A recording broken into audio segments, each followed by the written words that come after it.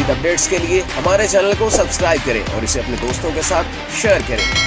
اساس نیوز کے ناظرین السلام علیکم، امجد ارشاد چودھری نئی ویڈیو کے ساتھ آپ کی خدمت میں حاضر ہے۔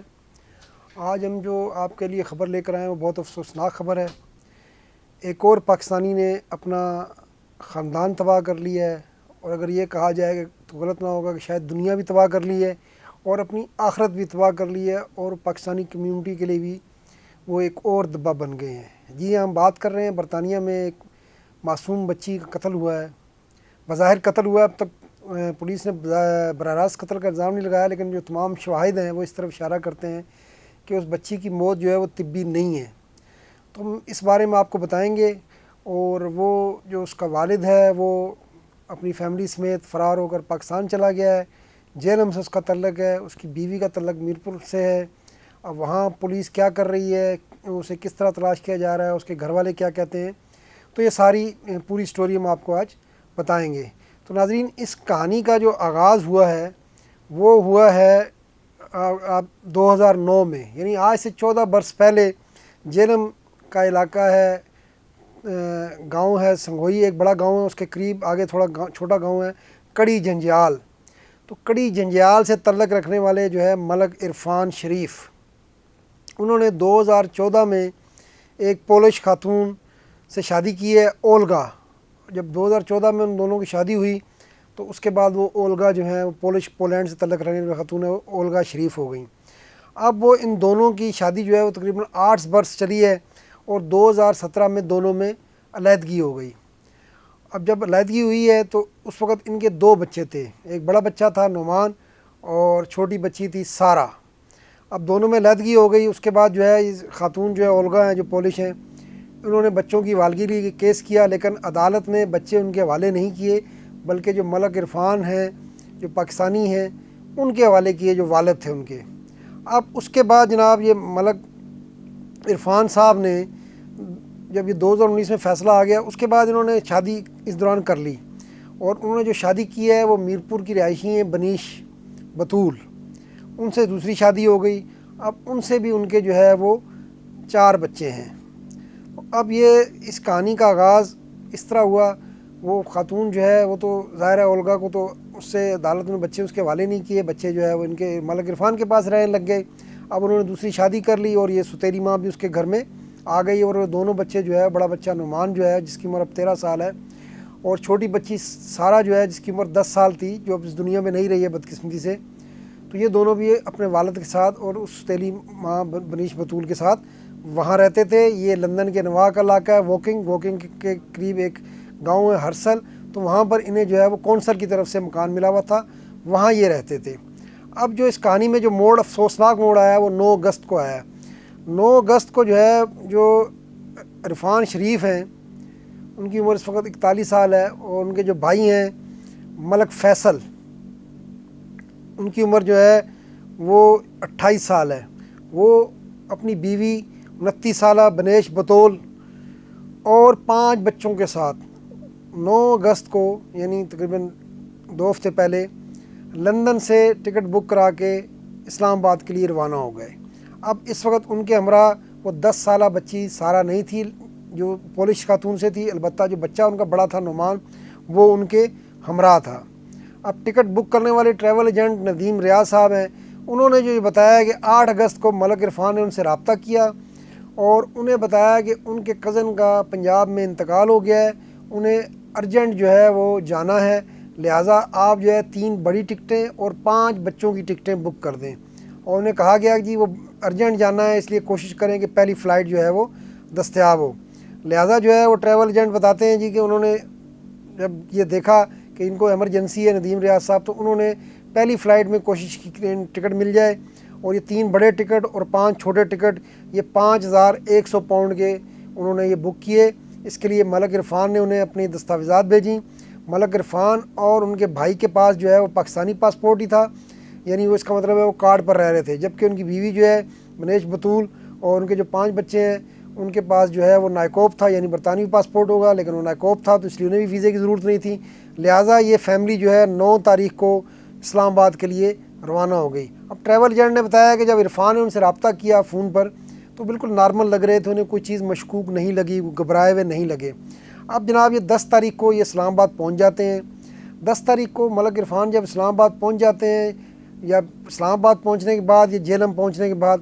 انہوں نے پولیس کو، برطانوی پولیس کی ہیلپ لائن پر فون کیا اور انہیں بتایا جی کہ میرا فلاں گھر ہے ووکنگ کے علاقے میں ارسل میں، اور وہاں میری بچی ہے 10 سال کی، تو وہ اسے جا کے چیک کریں، کوئی مسئلہ مجھے لگ رہا ہے۔ یعنی خود آپ دیکھیں یہاں سے کہ ایک 10 سال کی باقی بچوں کو ساتھ لے کر جا رہے ہیں،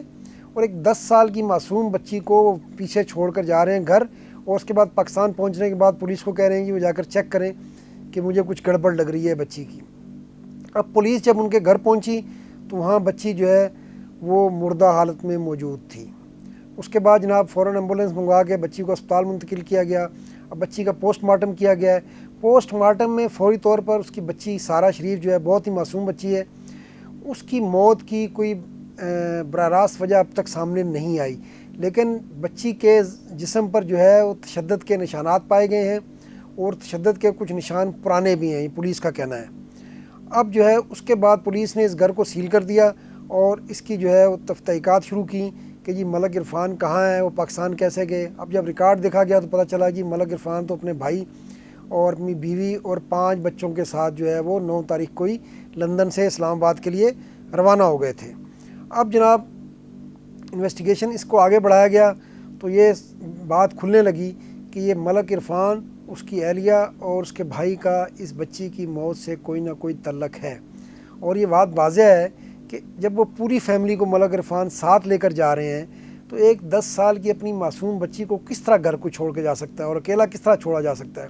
اگر اسے ساتھ نہیں بھی لے جانا تھا تو اس کی جو پولش ماں ہے اولگا، ان سے رابطہ کر کے ان کے حوالے بھی کر سکتا تھا، لیکن یہاں معاملہ ظاہر ہے گڑبڑ تھا،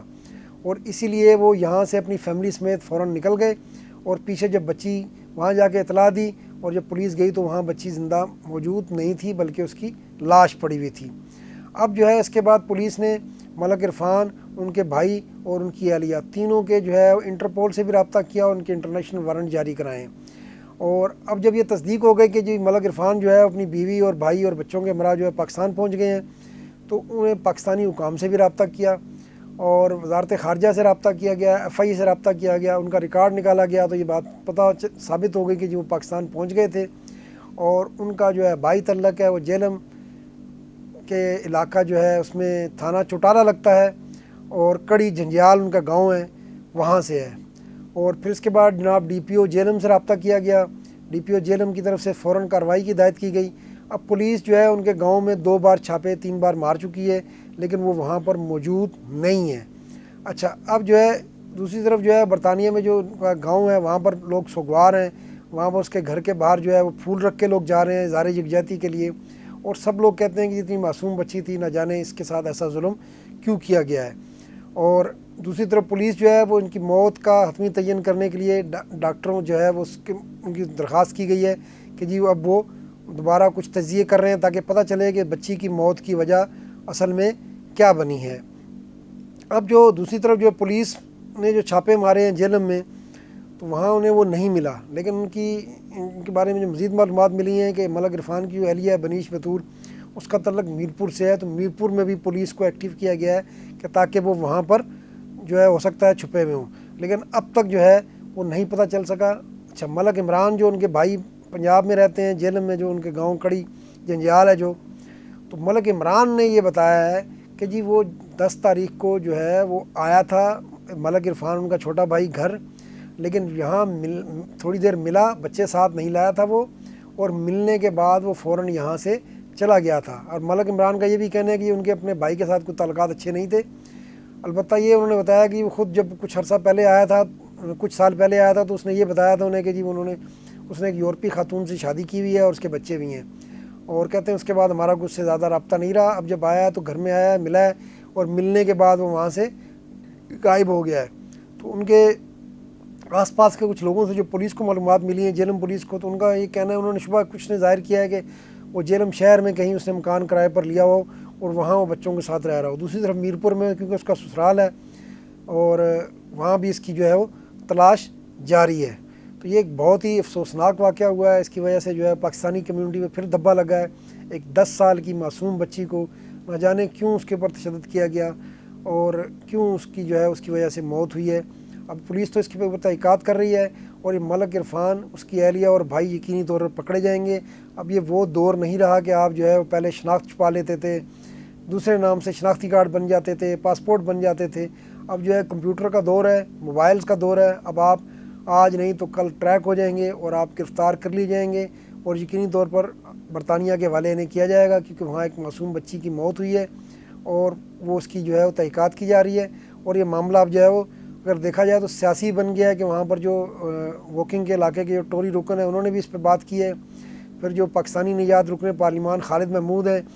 انہوں نے بھی جو ہے پاکستانی وزارت خارجہ سے بھی رابطہ کیا اور حکومت سے بھی، کہ جی ملک عرفان اور اس کی اہلیہ اور جو ہے اس کے بھائی کو تلاش کر کے گرفتار کر کے برطانیہ کے حوالے کیا جائے، تاکہ اس معاملے کی گتھی سلجھ سکے کہ آخر اس بچی کے ساتھ کیا ہوا، اور اس بچی کے جو جسم پر تشدد کے نشان ہیں وہ تشدد کس نے کیا، اس تیلی ماں نے کیا یا باپ نے کیا، اور تشدد کیا تو اس کی کیا وجہ تھی۔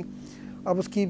بہرحال یہ بچی کی موت ہو گئی ہے، اور ملک عرفان نے نہ صرف اپنی دنیا بلکہ آخرت بھی تباہ کر لی ہے اگر وہ واقعی